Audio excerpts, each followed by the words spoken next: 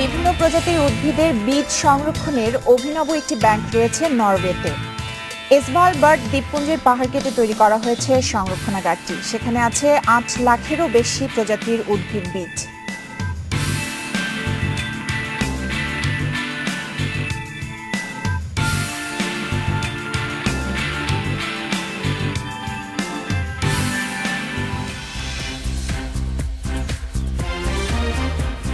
রাত 9টায় বাংলাদেশ আপনাদের সঙ্গে আছে আমি খালেদ মহিউদ্দিন। সবশেষে খবর আলোচনা বিশ্লেষণ নিয়ে থাকছি আমি তাজদি মহুয়া, এবং খেলার আনন্দ এবং হতাশার খবর নিয়ে আমি থাকছি অনুপম দেব। প্রথমে জানিয়ে দিচ্ছি শিরোনাম। সাংবিধানিক প্রতিষ্ঠান ও সরকার নিয়ে বিদেশি সংস্থার মন্তব্যের লাগাম টানতে শিগগিরই আসছে আইনের সংশোধনী।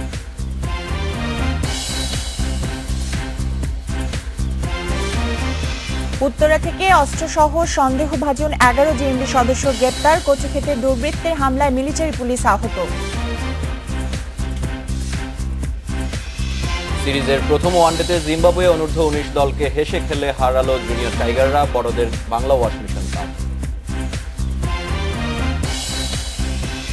রাত 9টায় বাংলাদেশে আজ মতামত পাঠানোর বিষয় সংসদ ও টিআইবি। এসএমএস এ মতামত পাঠাতে আপনার মেসেজ অপশনে গিয়ে টাইপ করুন RAAT এর পরিস্থিতিতে আপনার নামের পরিস্থিতিতে মতামত পাঠিয়ে দিন 16233 নম্বরে লিখতে পারেন। ফেসবুকে আপনাদের মতামত জানিয়ে দিচ্ছি সংবাদের পরের অংশে। সাংবিধানিক প্রতিষ্ঠান ও সরকারের বিরুদ্ধে বিদেশি বেসরকারি সংস্থা কোনো আপত্তিকর মন্তব্য করলে ব্যবস্থা নেওয়া হবে। এজন্য প্রয়োজনীয় সংশোধনী আনা হচ্ছে আইনে। মঙ্গলবার এ তথ্য জানান আইন বিচার ও সংসদ বিষয়ক স্থায়ী কমিটির সভাপতি সুরঞ্জিত সেনগুপ্ত। সংশোধনী টিআইবি সাম্প্রতিক মন্তব্যের কড়া সমালোচনা করেছেন তিনি। সম্প্রতি ট্রান্সপারেন্সি ইন্টারন্যাশনাল বাংলাদেশের এক সংবাদ সম্মেলনে সংসদকে পুতুল নাচের আসর ও জাতীয় পার্টিকে কথিত বিরোধী দল আখ্যায়িত করা হয়। এরপরেই প্রতিষ্ঠানটি রয়েছে তোপের মুখে। বিষয়টি নিয়ে সোমবার সংসদ অধিবেশনে অনির্ধারিত আলোচনায় ক্ষোভ জানান সিনিয়র এমপিরা। রাষ্ট্রদ্রোহের অভিযোগে টিআইবিকে সংসদীয় কমিটির মুখোমুখি করার দাবিও ওঠে অধিবেশনে। এর একদিন পরেই আইন বিচার ও সংসদ বিষয়ক সংসদীয় স্থায়ী কমিটির বৈঠক শেষে সভাপতি সুরঞ্জিত সেনগুপ্ত জানালেন, সাংবিধানিক প্রতিষ্ঠান ও সরকার নিয়ে বিদেশি সংস্থা ও প্রতিষ্ঠান আপত্তিকর মন্তব্য করলে ব্যবস্থার মুখোমুখি হতে হবে। এজন্য আইনে প্রয়োজনীয় সংশোধনী আনতে একমত হয়েছে সংসদীয় কমিটি। আমাদের যে অ্যামেন্ডমেন্ট আসতেছে, যদি সরকার মনে করে যে সংবিধানের বা সাংবিধানিক প্রতিষ্ঠানকে বা সরকারের বিরুদ্ধে কোনো সাংঘর্ষিক অশালীন বক্তব্য হয়, তাদের বিরুদ্ধে সরকার যে কোনো সময় যে কোনো ব্যবস্থা নিতে পারে। ওনাকে এটা বক্তব্য তুলতে হবে এবং ক্ষমা চাইতে হবে। টিআইবির কর্মকাণ্ড নিয়ে প্রশ্ন তুলে সুরঞ্জিত সেনগুপ্ত বলেন, প্রতিষ্ঠানটির আয়সহ বিভিন্ন আর্থিক লেনদেনের হিসাব নেবে সরকার। সরকারের এই অধিকার থাকবে ওই এনজিওকে সাময়িকভাবে বাতিল ঘোষণা করতে পারে। ওনারা গণতন্ত্র রাখারও কেউ না, ওনারা চাকরি করেন, টাকা পান, ভালোই। কত টাকা আনেন আর কত টাকা খরচা করেন এর হিসাব নাই, এবার হিসাব হবে। এদিকে এক বিবৃতিতে টিআইবির নির্বাহী পরিচালক ডক্টর ইফতেখারুজ্জামান বলেছেন, তাদের পার্লামেন্ট ওয়াচ প্রতিবেদন নিয়ে সংসদের যে কোনো উদ্যোগে সহায়তা দেবে টিআইবি। প্রতিবেদনটির উপর সংসদে আলোচনাকে ইতিবাচক হিসেবেও দেখছে প্রতিষ্ঠানটি। আসমামিতা, ইন্ডিপেন্ডেন্ট নিউজ, ঢাকা। উত্তরা থেকে জেএমবি সদস্য সন্দেহে 11 জনকে গ্রেপ্তার করেছে পুলিশ। তাদের কাছ থেকে জিহাদি বই ও দেশে তৈরি আগ্নেয়াস্ত্র উদ্ধার হয়েছে। পুলিশ জানিয়েছে, উত্তরা পশ্চিম থানা এলাকার একটি বাড়ি থেকে জঙ্গি তৎপরতা চালাচ্ছিল জেএমবি সদস্যরা। গোপন সংবাদের ভিত্তিতে ঢাকা মহানগর পুলিশের একটি দল সেখানে অভিযান চালিয়ে 11 জনকে গ্রেপ্তার করে। তাদের কাছ থেকে বিপুল পরিমাণ জিহাদি বই ও দেশে তৈরি অস্ত্র উদ্ধার করা হয়। পরে ব্রিফিংয়ে মহানগর গোয়েন্দা পুলিশের মুখপাত্র মনিরুল ইসলাম বলেন, বড় ঘটনা ঘটানোর সক্ষমতা নেই এসব জঙ্গির। আমাদের গ্রেপ্তারের সংখ্যাও কিন্তু কম নয়, ফলে তাদের নেটওয়ার্ক সেইভাবে মানে সুবিন্যস্ত বা সুবিস্তৃত শক্তিশালী নেটওয়ার্ক নাই। তবে বিচ্ছিন্ন দু একটি ঘটনা তারা ঘটাতে সক্ষম বলে আমরা মনে করি, এবং সেই কারণেই তাদের বিরুদ্ধে যারাই সংগঠিত হওয়ার চেষ্টা করছে তাদেরকে আমরা আইনের আওতায় নিয়ে আসার চেষ্টা করছি। এদিকে জনগণের শক্তি কাজে লেগে জঙ্গিবাদ ও বিচ্ছিন্নতাবাদীদের দমন করা হবে বলে জানিয়েছেন স্বরাষ্ট্রমন্ত্রী আসাদুজ্জামান খান কামাল। রাজধানীতে এক আলোচনায় তিনি একথা জানান। আমরা মনে করি জনগণই আমাদের শক্তি। আমরা মনে করি জনগণই এই দেশের মানে সবকিছুর কর্তা জনগণ। সেজন্যই আমরা মনে করি এই ষড়যন্ত্র, এই যারা নাকি এই দেশকে একটা অকার্যকর দেশে পরিণত করতে চায়, যারা এই বিভিন্নভাবে বিশৃঙ্খলা সৃষ্টি করতে চায়, জঙ্গির উত্থান ঘটাতে চায়, তাদেরকে জনগণই তার প্রতিবাদ করছেন এবং জনগণই তার ব্যবস্থা নিচ্ছেন।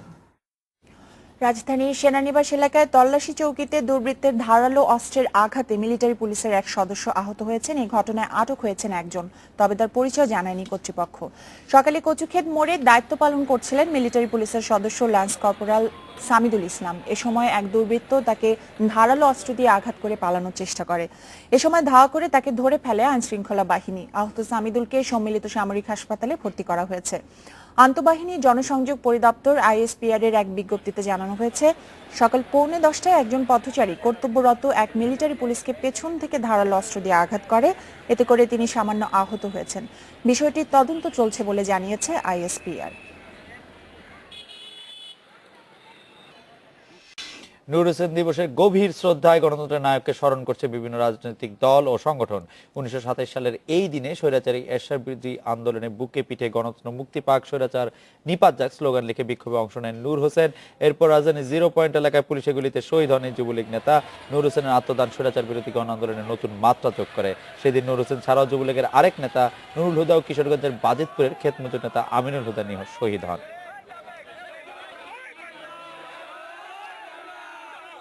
গণতন্ত্র যেন ঠিক থাকে, নস্যাৎ না হয়, আমাদের বিচার এইখানেই। আমরা বিচার এটাই পাবো যদি গণতন্ত্র ঠিক থাকে। এই দেশের মানুষ যদি খেয়ে পরে ভালো থাকে, এদেশে কোনো কাটাকাটি, মারামারি, হানাহানি, কেউ কারো যদি খুনাখুনি না করে, দেশের গরিব মানুষ খেয়ে পরে ভালো থাকে, এই বিচার এখানেই আমার।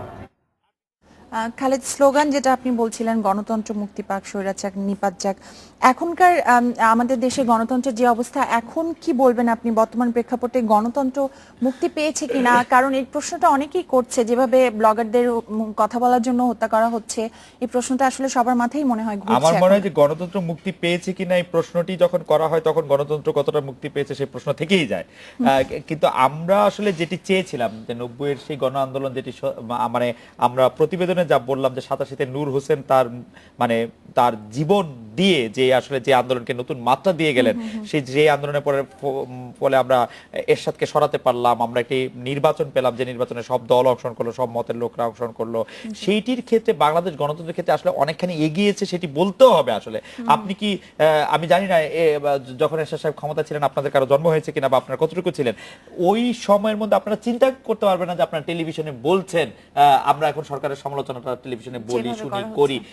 ওই সময় এরশাদ সাহেবের সময় এটা হ্যাঁ, কিন্তু পাশাপাশি আমরা শহীদ নূর হোসেনের ভাইয়ের বক্তব্য শুনছিলাম, আলী হোসেন, যিনি বলছিলেন যে তার যেই আদর্শ ছিল গণতন্ত্র প্রতিষ্ঠা করার, সেটি যাতে প্রতিষ্ঠা হয়। কিন্তু এখানে কিন্তু আরো একটা প্রশ্ন মনে রয়েই যাচ্ছে, যার বিরুদ্ধে আন্দোলন করা হয়েছিল, আমরা যদি প্রতীক হিসেবেও তাকে ধরে নেই, তিনিও কিন্তু এখনো ক্ষমতারই একটা অংশ। না, তিনি ক্ষমতার একটি অংশ হলেও আসলে তিনি আর ক্ষমতার অংশ নেই। তিনি আসলে এমন ভাবে তিনি বিলীন হয়েছেন, তাকে কখনো না কখনো কারো না কারো ছায়াতেই থাকতে হচ্ছে। আমরা সেই ছায়াটি সহ্য করতে পারছি না, স্পেশালি আমি খুবই অপছন্দ করি সেই ছায়াটিকে, কিন্তু তিনি কোনো না কোনো ভাবে কেমন জানি থেকে যাচ্ছেন। কিন্তু নূর হোসেন যে মারা গিয়েছেন সেটির বিচার কি হয়েছে? বিচার কি পেয়েছেন? নূর হোসেন যে মারা গিয়েছে সেটির জন্য আসলে বিচারটা কি করে করা হবে সেই ব্যাপারে অনেক কিছু, অনেক রকম ভাবে অনেক থিসিস অ্যান্টিথিসিস এসেছে, তবে এখন পর্যন্ত বিচার হয়নি, সেটি ঠিক কথা। আমি অবশ্যই আশা করবো যে আপনি কি ভালো কথা বলেছেন যে আমরা নূর হোসেনের বিচার, হত্যার বিচার চাই, সবচেয়ে বেশি চাই নূর হোসেন যেটি বলতেন যে গণতন্ত্র মুক্তি পাক। একটি বিরতি নিচ্ছি।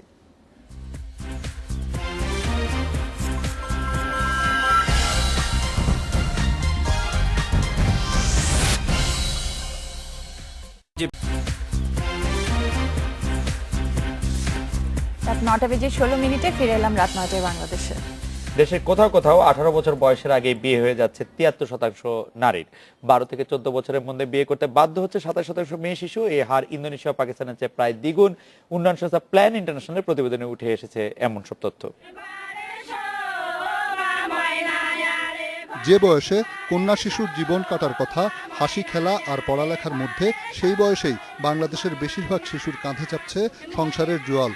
দেশের 3টি জেলায় জরিপ চালিয়ে আন্তর্জাতিক উন্নয়ন সংস্থা প্ল্যান ইন্টারন্যাশনাল বলছে, সেখানকার 73% শিশুকন্যা বিয়ের পিঁড়িতে বসছে 18 বছর পার হওয়ার আগেই।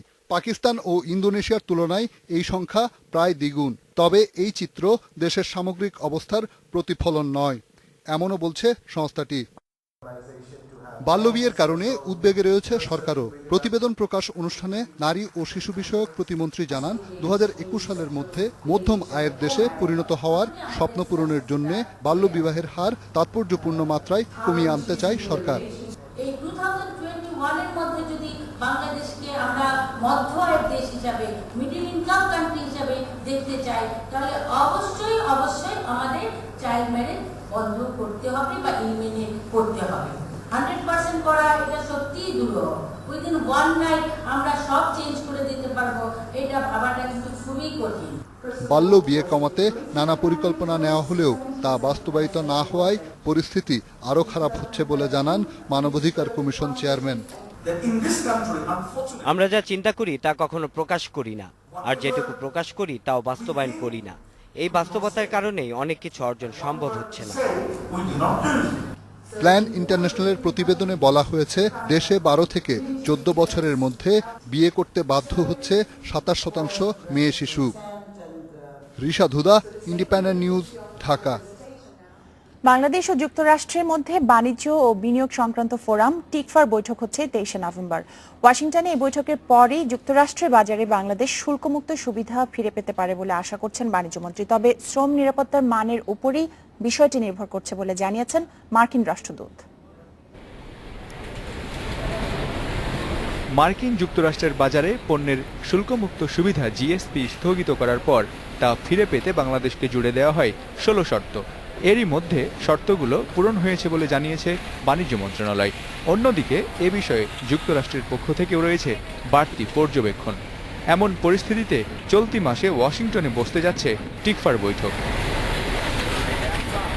টিকফা বৈঠকের আলোচ্য বিষয় নিয়ে মঙ্গলবার বাণিজ্যমন্ত্রীর সঙ্গে বৈঠকে বসেন ঢাকায় নিযুক্ত মার্কিন রাষ্ট্রদূত। বাণিজ্যমন্ত্রী সাংবাদিকদের জানান, টিকফায় অংশ নিতে যাওয়া বাংলাদেশ প্রতিনিধি দলের প্রথম কাজটি হবে জিএসপির বিষয়টি ওই বৈঠকে উত্থাপন করা। জিএসপি না থাকা সত্ত্বেও মার্কিন যুক্তরাষ্ট্রে জুলাই, আগস্ট, সেপ্টেম্বর, অক্টোবর আমাদের $1,975 মিলিয়ন, অর্থাৎ simply we can say near about $2 billion আমাদের রপ্তানি হয়েছে, গ্রোথ হয়েছে 17%। সুতরাং আমার ধারণা জন্মেছে যে এবার টিকফা মিটিংয়ের পরে আমাদের যে স্থগিতাদেশ জিএসপির উপরে এটা আমরা ফিরে পাবো। কথা বলেন মার্কিন রাষ্ট্রদূত। তিনি জানান, টিকফা বৈঠকে জিএসপি ছাড়াও প্রাধান্য পাবে দুদেশের ব্যবসা সম্পর্কিত অন্যান্য বিষয়। তবে জিএসপি ফিরে পেতে নেওয়া পদক্ষেপের জন্য ধন্যবাদ জানান সরকারকে।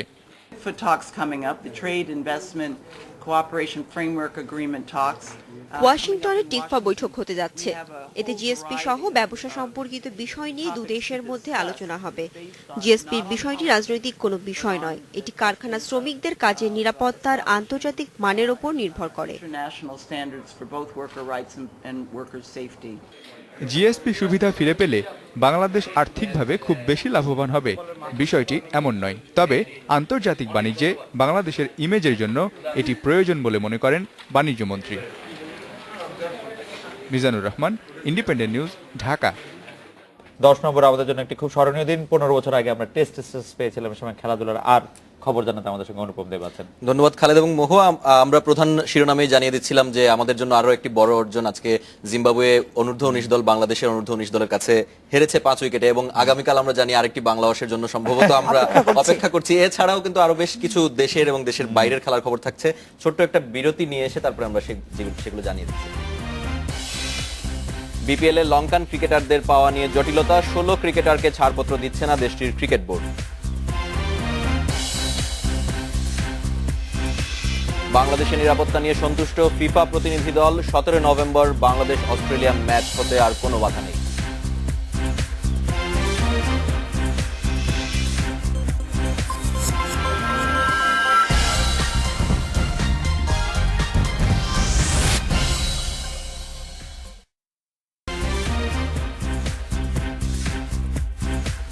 রাত 9টা বেজে 28 মিনিটে ফিরলাম রাত 9টায় বাংলাদেশে। সিরিজের প্রথম ওয়ানডেতে জিম্বাবুয়ে অনূর্ধ্ব 19 দলকে 5 উইকেটে হারিয়ে 4 ম্যাচের সিরিজ 1-0 ব্যবধানে এগিয়ে গেল বাংলাদেশ অনূর্ধ্ব 19 দল। জিম্বাবুয়ের 146 রানের টার্গেটে 115 বল বাকি থাকতে সহজ জয় পায় বাংলাদেশের যুবারা। চট্টগ্রামে টস জিতে জিম্বাবুয়েকে ব্যাটিংয়ে পাঠায় বাংলাদেশ। মোহাম্মদ সাইফুদ্দিন, সালেহ আহমেদ, আরিফুল ইসলামদের বোলিংয়ের সামনে দাঁড়াতে পারেনি কোনো ব্যাটসম্যান। 145 রানে গুটিয়ে যায় সফরকারীরা। জেরেমি ইভস সর্বোচ্চ 41 রান করেন, 3টি করে উইকেট নেন শাওন ও আরিফুল। জবাবে সাইফ হাসানের 51 ও অধিনায়ক মেহেদী হাসান মিরাজের 65 রানে জয় পায় বাংলাদেশ।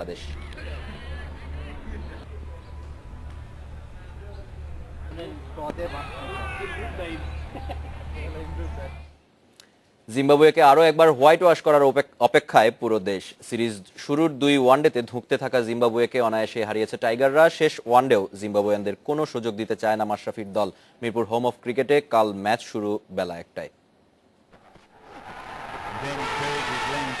সিরিজে বাংলাদেশের ব্যর্থতা শুরুর দিকে দ্রুত উইকেট খোয়ানো। লিটন মাহমুদুল্লাহ রান না পাওয়া লোয়ার মিডল অর্ডারে চাপ বাড়িয়েছে। স্লগ ওভারে মন্থর হয়েছে রানের গতি। স্কোরবোর্ডে জমা হয়নি বড় সংগ্রহ। শেষ ওয়ানডেতে ওই ভুল কাটিয়ে উঠতে চায় বাংলাদেশ। ইনিংস শুরুতে উইকেট না হারানো আর পার্টনারশিপ গড়ায় মনোযোগ বাড়াতে চায় টাইগাররা। তো আমাদের শুরুটা ভালো গেছে, যেন আমরা 3টা যেন জিতে শেষটাও ভালো হয় সে চেষ্টা করি। আমরা সবসময় জিততে চাই। হারলেই রেটিং হারাতে হবে। সিরিজ জয় নিশ্চিত হলেও তাই সাবধানী বাংলাদেশ। শেষ ওয়ানডেতে একাদশ নিয়ে পরীক্ষা নিরীক্ষায় যাওয়ার সম্ভাবনাও খুব বেশি নেই। পারফরম্যান্সের ধার বাড়ানোই স্বাগতিকদের একমাত্র লক্ষ্য। নির্ধারিত সূচি অনুযায়ী এটি এবছরে বাংলাদেশের জন্য সবশেষ ওয়ানডে। পুরোটা বছর কেটেছে দুর্দান্ত, শেষটাও জিতে নিয়ে জয়ের বৃত্তটি সম্পূর্ণ করতে চায় তামিম মুশফিকরা। Zahir Bhuiyan, Independent News, Dhaka. Test ক্রিকেটে বয়স 15 বছর। দলের ঝুলিতে খুব বেশি সাফল্য নেই, তবে ব্যক্তিগত কৃতিত্বে ভাস্বর ইতিহাসের 9ম টেস্ট সদস্য বাংলাদেশ। ধ্রুপদী ক্রিকেটে ধারাবাহিক হওয়াই এখন টাইগারদের সবচেয়ে বড় চ্যালেঞ্জ। ক্রিকেট খেলুড়ে দেশ হিসেবে স্বপ্নযাত্রা পূর্ণতা পায় 2000 সালের 10ই নভেম্বর। ক্রিকেটের কুলিন ফর্ম্যাট টেস্ট খেলার সুযোগ আসে বাংলাদেশের সামনে। প্রথম টেস্টে উজ্জ্বল শুরু, সেঞ্চুরি, 5 উইকেট, দলীয় 400 উঁকি দিচ্ছিল সামনের সময়গুলোতে আরও বড় কিছু সম্ভাবনা। তবে বাস্তবতাটা ভিন্ন। রেকর্ড বুক বলছে 1.5 দশকে বাংলাদেশ সাদা পোশাকের সর্বোচ্চ ফরম্যাটে মাঠে নেমেছে 93 বার। এর মধ্যে জয় মাত্র 60টিতে, ড্র করা গেছে 15টি ম্যাচ। আর প্রথম টেস্ট জয় 2005 সালে জিম্বাবুয়ের বিপক্ষে। রেকর্ডের পাতায় অবশ্য নেই 2003 মুলতান টেস্টের কান্না আর 2006 ফতুল্লা টেস্টে পরাক্রমশালী অস্ট্রেলিয়ার বিপক্ষে বীরত্ব গাথা। 15 বছর বয়সী বাংলাদেশি টেস্ট দলের নেহায়েতি সাদামাটা পারফরম্যান্স। ওডিআই ক্রিকেটের মতো ঔজ্জ্বল্য না থাকলেও ধীরে কিন্তু নিশ্চিন্তে টাইগার টেস্ট ক্রিকেট অর্জন করছে ধারাবাহিকতা। Rubaid Iftekhar, independent news. যুদ্ধবিধ্বস্ত স্বাধীন বাংলাদেশেও ক্রিকেট চালিয়ে গেছেন সেই সময়কার কয়েকজন সাহসী ক্রিকেটার ও সংগঠক। 80-র দশকে জনপ্রিয়তা বাড়তে থাকে ক্রিকেটের। সে সময়কার বেশিরভাগ ক্রিকেটারই ভাবতে পারেননি টেস্ট ক্রিকেট খেলবে বাংলাদেশ। টাইগারদের টেস্ট ক্রিকেটের 15 বছর পূর্তি আজ। সাবেক 2 অধিনায়ক জানিয়েছেন তাদের ভাবনার কথা। 1997 আইসিসি ট্রফি জেতার পর 1999 বিশ্বকাপে পাকিস্তান এবং স্কটল্যান্ডকে হারানোটাই সহজ করে দিয়েছিল বাংলাদেশের টেস্ট স্ট্যাটাস পাওয়াটা। 1-2 করে 15 বছর সাদা পোশাকে পার করলো বাংলাদেশ। বাংলাদেশকে আজকের অবস্থানে নিয়ে যাওয়ার পেছনে যাদের অবদান, সাকিব তামিমদের পূর্বসূরীরা কি ভাবতে পেরেছিলেন এত দূর আসার কথা? দেশ যেমন স্বাধীন হয়েছে তখন আমাদের টার্গেটটা ছিল যে আমরা ওই জায়গাতেই বসে থাকবো না, আমরা একদিন টেস্ট খেলবো। আমরা এটুকু জানতাম যে আমরা আমাদের জীবনে আমরা খেলতে পারবো না, কিন্তু সামনে 10 বছর 15 বছর পরে টেস্ট ম্যাচ বাংলাদেশ হয়তো খেলে ফেলবে, ডিপেন্ডিং অন ম্যানেজমেন্ট। যখন আমরা আইসিসি এরিনায় ঢুকলাম, যখন আমার ক্যারিয়ারে তখন আইসিসি খেলার স্বপ্ন দেখতাম সবসময়, কারণ তখন আমাদের মেইন ইভেন্ট ছিল এটা। বাট টেস্টের ব্যাপারে কিন্তু তখন এইভাবে মাথায় আসেনি। আমি যখন থেকে কম্পিটিটিভ ক্রিকেটের মধ্যে ঢুকেছি তখন থেকে একটা এম ছিল আইসিসি চ্যাম্পিয়ন হব। 1.5 দশকে সাফল্যের হারটা খুব বেশি নয় বাংলাদেশের, তাতে নাখোশ না হলেও তৃপ্ত হতে রাজি নন কেউ। মুশফিক মুমিনুলদের কাছে চাওয়াটা কি থাকছে এখন? আমরা কিন্তু এখন আর পিছাচ্ছে না, বাংলাদেশের পিছন দিকে তাকাবেও না। এখন কিন্তু আগামী 15 বছর পরে আমাকে যদি বেঁচে থাকি টেলিভিশনের সামনে বসে এই প্রশ্নটির আর জবাব দিতে হবে না। যে এরপরে কি হবে। আমরা অবশ্যই চাবো 1 থেকে 5-এর মধ্যে থাকার জন্য টেস্ট র্যাঙ্কিংয়ে, এবং আমাদের ক্রিকেট নিয়ে কেউ যাতে আঙ্গুল দেখেই বলতে না পারে যে টেস্টে এখনও বাংলাদেশ চলেন, এই ধরনের শব্দ যাতে আর না শুনি, এবং আরও বেটার ক্রিকেটটা আমরা দেখতে চাই এবং 5 দিন বেটার ক্রিকেট খেলতে চাই। অদূর ভবিষ্যতে র্যাঙ্কিংয়ের প্রথম 5টি দেশের মধ্যে থাকবে বাংলাদেশ।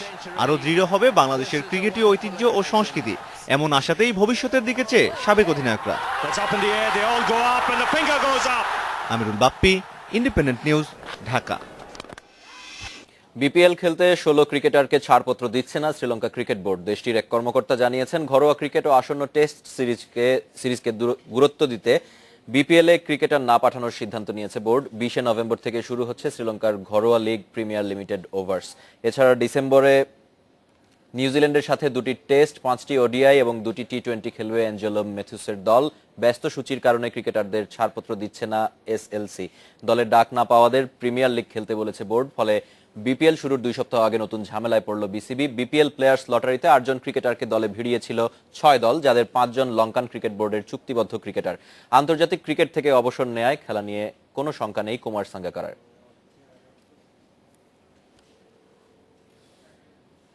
ম্যাচ ফিক্সিং বিপিএল এর দ্বিতীয় আসরকে কলঙ্কিত করেছে। অতীত থেকে এবার সতর্ক বিসিবি।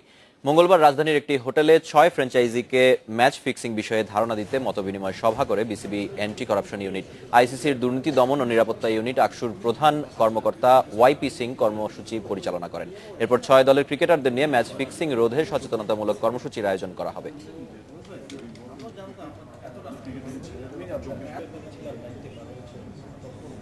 ঢাকা ডায়নামাইটসের নিজস্ব সিকিউরিটি টিমও আছে এবং ওরা আইসিসির সাথে এবং অ্যান্টি কারাপশন টিমের সাথে খুব ক্লোজলি কাজ করছে। সো আমাদের পক্ষ থেকে আমরা যতটুকু সহযোগিতা দিতে পারবো উই আর গিভিং। আমরা আমাদের দিক থেকে বিসিবি এবং আমাদের বিপিএল কমিটি ওনারা যে উদ্যোগ নিয়েছেন, আমি অনেক বিশ্বাসী যে আল্লাহর রহমতে এই কলঙ্কে এবার আমাদেরকে ছুঁতে পারবে না। বিপিএল এর যে লাস্ট 2 ইস্যুতে যে কনসার্ন ছিল, আমার মনে হয় কি আমার যা ফ্র্যাঞ্চাইজিগুলো এখন আছে, they are very very serious to promote and develop cricket, not get into a business of fixing and all those thing. বাংলাদেশের নিরাপত্তা ব্যবস্থায় খুশি ফুটবলের সর্বোচ্চ সংস্থা ফিফা। বিশ্বকাপ বাছাই পর্বে ফিরতি লেগে 17 নভেম্বর বাংলাদেশ অস্ট্রেলিয়া ম্যাচ হতে আর কোনো বাধা নেই। মঙ্গলবার স্বরাষ্ট্র মন্ত্রণালয়ে ফিফা কর্মকর্তাদের সঙ্গে নিরাপত্তা সংক্রান্ত বৈঠকের পর খবরটি নিশ্চিত করেন বাফুফে সভাপতি কাজী সালাউদ্দিন। গেল সেপ্টেম্বরে নিরাপত্তার অজুহাতে টেস্ট সফর স্থগিত করে অস্ট্রেলিয়া। এরপরই বিশ্বকাপ বাছাইয়ের ফিরতি ম্যাচ খেলতে ঢাকায় দল পাঠানো নিয়েও গড়িমসি শুরু করে অস্ট্রেলিয়া ফুটবল ফেডারেশন। ভেন্যু সরিয়ে নিতে ফিফার দ্বারস্থ হয়েছিল সকারুরা। তবে অস্ট্রেলিয়ার কথায় কোনো কর্ণপাত করেনি ফুটবলের সর্বোচ্চ সংস্থাটি। আমরা তো জানি কি করতে হবে, we know what to do. আমরা তো এটা নতুন করছি না, এটা নতুন ওয়ার্ল্ড কাপের খেলা না। সো ওরা চেক করে দেখেছে যে এভরিথিং হ্যাজ বিন ডান। এরই ধারাবাহিকতায় ঢাকায় আসে অস্ট্রেলিয়ার নিরাপত্তা পরিদর্শক টিম। এবার এসেছেন ফিফার নিরাপত্তা পরিদর্শক। ফুটবলারদের নিরাপত্তা ব্যবস্থা নিয়ে বৈঠক করেন স্বরাষ্ট্রমন্ত্রীর সঙ্গে। এরপরই ভেন্যু পরিদর্শনে যান ফিফার নিরাপত্তা পরিদর্শক। ঘুরে দেখেন গ্যালারি ও ফুটবলারদের ড্রেসিং রুম। স্টেডিয়ামে কর্তব্যরত ব্যক্তিদের সাথে আলোচনা করেন এই কর্মকর্তা। এছাড়া প্রেস বক্স ও ডোপিং টেস্টের জন্য নির্ধারিত স্থান ঘুরে দেখেন তিনি। মিডিয়ার সামনে কোনো কথা না বললেও পরিদর্শন শেষে খুশি মনে হলো তাকে। তো উনি এখনো পর্যন্ত বললেন, আপনারা যে ব্যবস্থা নিয়েছেন সেই ব্যবস্থা ফিফার একটা হাই ভোল্টেজ ম্যাচের সিকিউরিটির জন্য উপযোগী। পার্থে প্রথম ম্যাচ 5-0 গোলে হেরেছিল মামুনুল এমিলিরা। 17 তারিখ বঙ্গবন্ধু জাতীয় স্টেডিয়ামে ফিরতি ম্যাচ। সে পর্যন্ত ঢাকাতেই অবস্থান করবেন ফিফার প্রতিনিধি। Shamim Ahmed, independent News, Dhaka. খেলাধুলার খবরে এই ছিল আমার কাছে। আরো কিছু সংবাদ জানাচ্ছেন খালেদ ও মহুয়া। ধন্যবাদ অনুপম। অবৈধ সম্পদ অর্জনের অভিযোগে দুদকের করা মামলা বাতিল চেয়ে সংসদ সদস্য আব্দুর রহমান বদির আবেদন খারিজ করেছে হাইকোর্ট। এর ফলে মামলাটি চলতে আর কোনো বাধা থাকছে না। বিচারপতি এমদাদুল হক ও বিচারপতি মোহাম্মদ খসরুজ্জামানের বেঞ্চ এই আদেশ দেন। আদালত আবেদনটি উত্থাপিত হয়নি মর্মে খারিজ করেছেন। দুদকের আইনজীবী জানান, 18 নভেম্বর এই মামলায় সাক্ষ্য নেওয়া হবে। সম্পদের তথ্য বিবরণীতে প্রায় 11 কোটি টাকার তথ্য গোপনের অভিযোগ এনেছে দুদক। গত বছর আগস্টে সংস্থার উপপরিচালক আব্দুস সোবহান রমনা থানায় মামলাটি করেন। নিম্ন আদালতে এখন বিচারাধীন আছে, বিচারাধীন থাকা অবস্থায় অভিযোগ গঠন অলরেডি হয়ে গেছে। গত দুটো ডেট সাক্ষীর জন্য ছিল, কিন্তু ওনারা হাইকোর্টে মামলাটা বিচারাধীন এই অজুহাতে সময় নিয়েছিলেন এবং সর্বশেষ ওনাদেরকে সময় দিয়ে আগামী 18ই নভেম্বর সাক্ষীর জন্য দিন ধার্য করেছেন। আজকে যেহেতু মামলাটি উত্থাপিত হয়নি মর্মে খারিজ হয়ে গেছে, আগামী 18 তারিখ সাক্ষী হতে কোনো বাধা থাকলো না। এবার একটি বিরতি নিচ্ছি, বিরতির পর জানিয়ে ফিরছি। বুড়িগঙ্গা তীরে 30 মিটার চওড়া সড়ক নির্মাণের জন্য চলছে অবৈধ স্থাপনা উচ্ছেদ অভিযান।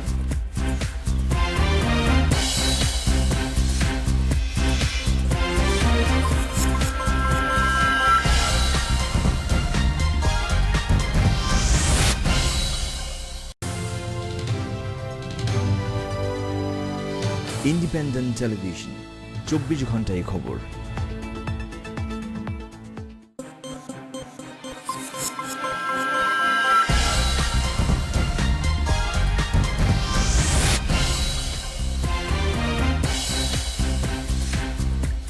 নটা 48 মিনিট আমরা ফিরে এলাম।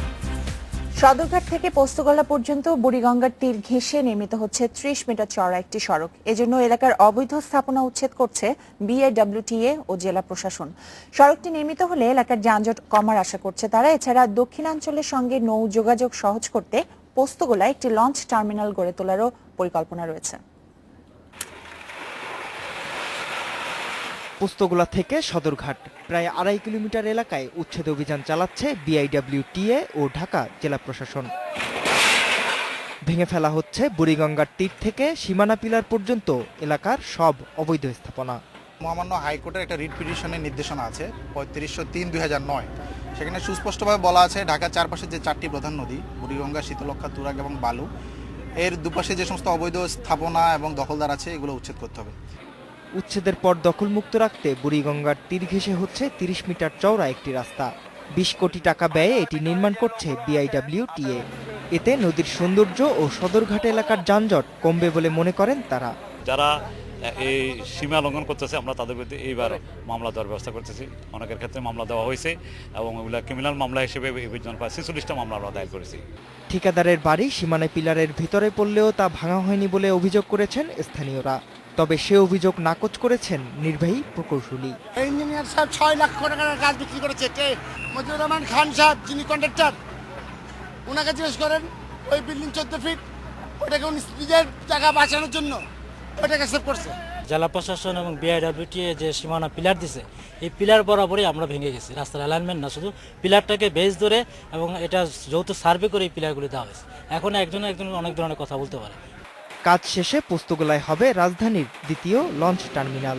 এতে দক্ষিণাঞ্চলের সঙ্গে নৌ যোগাযোগে নতুন মাত্রা যোগ হবে বলে জানিয়েছে BIWTA. Shubhobarno, Independent News, Dhaka. আমরা সব আমাদের দর্শকদের কাছ থেকে আমরা মতামত আশা করছিলাম যে সংসদ এবং টিআইবি নিয়ে তারা বক্তব্য পাঠাবেন। অনেকেই মতামত পাঠিয়েছেন, সেই মতামতগুলি পড়ছিলাম। যাই হোক, মহুয়া অনুভব দেখছিলাম, এসএমএস দেখছিলাম। এনামুল হক লিখেছেন যে ক্ষমতার জন্য আমাদের রাজনীতিবিদরা যা খুশি তাই করতে পারে, কিন্তু সমালোচনা সহ্য করতে পারে না। কথাটা কিছুটা ঠিকও। আমার মনে হয় যে অনেকে আমাদের যারা বক্তব্য পাঠিয়েছেন বেশিরভাগই আসলে টিআইবি কে সমর্থন করেছেন, সংসদ সদস্যদেরকে একটু সমালোচনা করেছেন। যেমন এম এ মনিরুল ইসলাম, উনি বলছেন যে টিআইবির বক্তব্যে বোঝা যায় যে রাজনৈতিক দলগুলো নিজ নিজ স্বার্থে ব্যস্ত, কেননা দেশে আজ পুলিশ থেকে শুরু করে সাধারণ মানুষ নিরাপত্তাহীনতায় ভুগছে। তিনি আবার নিরাপত্তার বিষয়টি সামনে। এদিকে মেহেদী হাসান আবার বলছেন যে দেশের সব ক্ষেত্রেই জবাবদিহিতা নিশ্চিত করা উচিত। অর্থাৎ তিনি বোঝাতে যাচ্ছেন যে শুধুমাত্র টিআইবি বা সংসদ নিয়ে কথা না বলে জবাবদিহিতার যে জিনিসটা নিয়ে সংসদে আলোচনা হচ্ছে সেটা যাতে সব জায়গায় নিয়ে আসা যায়। তারেক মজুমদার নামে আরেকজনের এসএমএস পেয়েছি আমরা। তিনি বলছেন জনগণের টাকায় সংসদে খোশ গল্প করার কোনো মানে হয় না। অপ্রয়োজনীয় অধিবেশন যেগুলো আছে সেগুলো বন্ধ করে সেটার জন্য যে বরাদ্দকৃত টাকা সেটা উন্নয়নের পেছনে ব্যয় করার জন্য। আরেকটা মজা লাগলো, সোহেল আরআর বলেছেন যে কোনো লাগামহীন কথাবার্তার বিচার হওয়া জরুরি। আমার মনে হয় যে কোনো লাগামহীন কথাবার্তা বলা বিচার হওয়া জরুরি। এইটার চেয়ে ভালো কথা আর কিছুই হতে পারে না। যে পরের খবরগুলিতে চলে যাই আমরা। সময়ের পরিক্রমায় এই গ্রহ থেকে বিলুপ্ত হয়েছে অনেক উদ্ভিদ, কিন্তু প্রিয় পৃথিবী থেকে হারিয়ে যাওয়া অনেক উদ্ভিদের বীজ এখনো পাওয়া যাচ্ছে নরওয়ের বিশেষ বীজ ব্যাংকে। দেশটির এসভালবার্ড দ্বীপপুঞ্জের পাহাড় কেটে তৈরি করা হয়েছে এই সংরক্ষণাগার। জীব বৈচিত্র্য সুরক্ষায় 8 লাখেরও বেশি প্রজাতির উদ্ভিদ বীজ রয়েছে অসাধারণ এই ব্যাংকে। বর